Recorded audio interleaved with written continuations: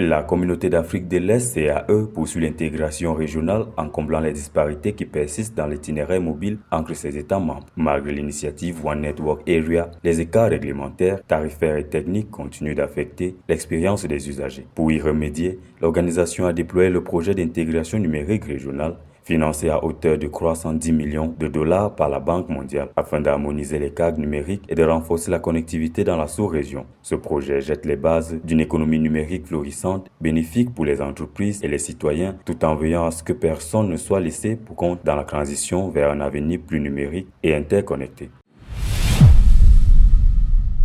Le marché commun de l'Afrique orientale et australe, COMESA, et la Suède ont tenu le 19 février 2026 à Lusaka des discussions visant à approfondir la coopération régionale, faciliter le commerce et promouvoir un développement durable et inclusif en Afrique orientale et australe. Le secrétaire général du COMESA, Tshileshe Mpundu Kapwepwe, et l'ambassadeur de Suède en Zambie, Johan Hallenborg, ont souligné le rôle du libre-échange et d'institutions régionales solides pour soutenir la stabilité et la croissance durable. Le partenariat vise à traduire l'intégration régionale en résultats concrets pour les citoyens, en coordonnant actions politiques et initiatives économiques pour une région plus résiliente et inclusive.